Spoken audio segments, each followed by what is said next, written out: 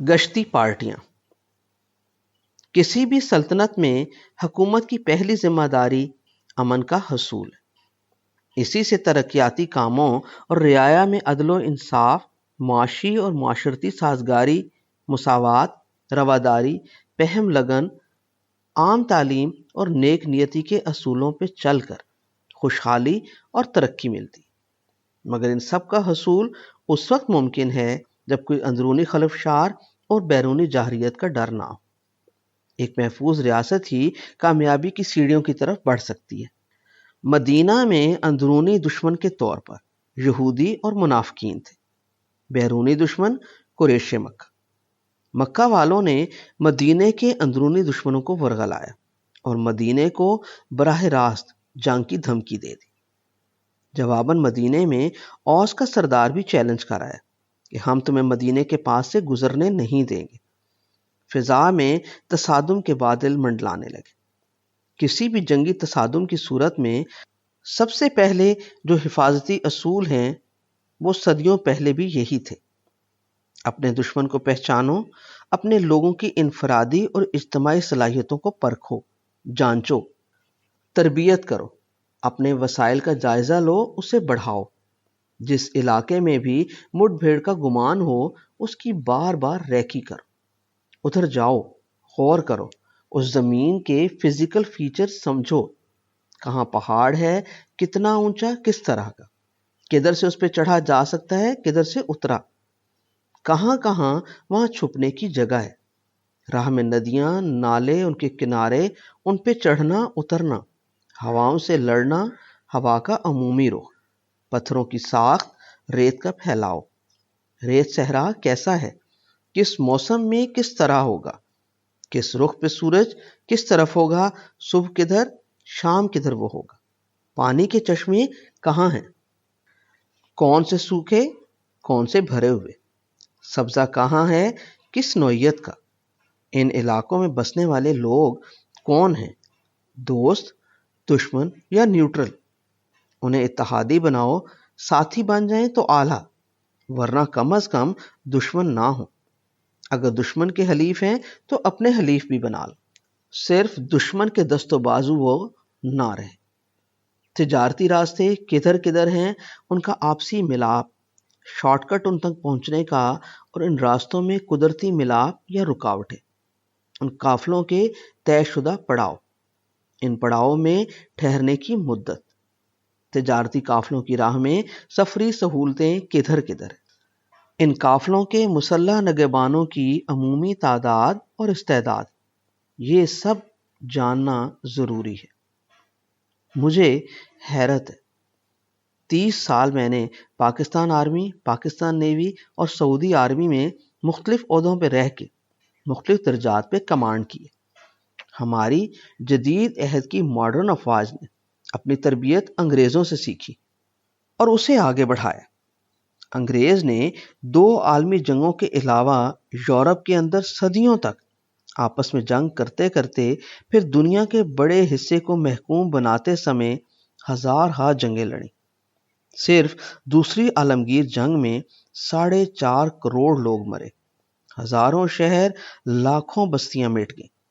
مگر ان سب کی تربیت کا اگر نچوڑ دیکھا جائے تو اس کے بنیادی اصول بغیر تشدد اور بے رحمی کے وہی نظر آتے جو 1500 سال پہلے آقا صلی اللہ علیہ وآلہ وسلم نے ایک عالمی سطح کے بہترین تاجدار جنرل کے طور پہ طے کیے تھے۔ تاریخ گواہ ہے کہ اتنے پیچیدہ حالات، کم وسائل اور ایسی جگہ پہ اتنے کم وقت میں جو کامیابیاں آقا صلی اللہ علیہ وآلہ وسلم نے حاصل کیں وہ دنیا کا کوئی سپہ سالار حاصل نہ کر سکا۔ یہ چیلنج ایک حقیقت کی طرح آج بھی برقرار ہے۔ کوئی میرے آقا صلی اللہ علیہ وآلہ وسلم سے بہتر سپہ سالار دکھائے۔ ان کی شخصیت کا ہر رخ ہی اعلیٰ ترین تھا۔ ان کے کسی رخ کے مقابل کوئی کسی کو لائے ہو ہی نہیں سکتا، اس لیے کہ اللہ ان کے ساتھ تھا۔ اللہ کی آنکھ سے کیا اوجھل؟ ماضی، حال اور مستقبل ہمارے لیے 3 زمانے ہیں۔ خدا کے سامنے ایک ہی تھالی کے چٹے بٹے۔ وہ جب چاہے کسی زمانے کو کان سے پکڑ کے کسی زمانے میں لا ملائے۔ وقت اس کے ہاتھ کا چابک ہے جس سے وہ زمان و مکان کو ہانکتا ہے۔ کیا ہے جو اس کی دسترس میں نہ ہو؟ وہ خدا میرے آقا صلی اللہ علیہ وآلہ وسلم کے ساتھ تھا اور ہے۔ اسی خدا کی طرف سے اب اپنے بچاؤ کے اشارے آ رہے تھے۔ آسمان سے اجازت نامہ آ چکا تھا۔ آقا صلی اللہ علیہ وآلہ وسلم نے اپنی بصیرت اور فراست سے تیاری شروع کر دی۔ معلوماتی جاسوسی گشتی پارٹیاں ہجرت کے 7 مہینوں بعد قرب و جوار میں ہر طرف بھیجنا شروع کر دی۔ انہیں ہمارے جنگ سے محبت کرنے والوں نے چھوٹی جنگیں سرایا یا غزوات کے نام دے دی، جس میں آقا صلی اللہ علیہ وآلہ وسلم نے خود شرکت نہیں کی، وہ سریہ جس میں خود ساتھ گئے وہ غزوہ۔ جو مرضی نام دے لے، مگر وہ جنگی پارٹیاں نہ تھی۔ جنگ پہلی بار ہجرت کے 18ویں مہینے ماہ رمضان کی 17 تاریخ کو بدر میں ہوئی۔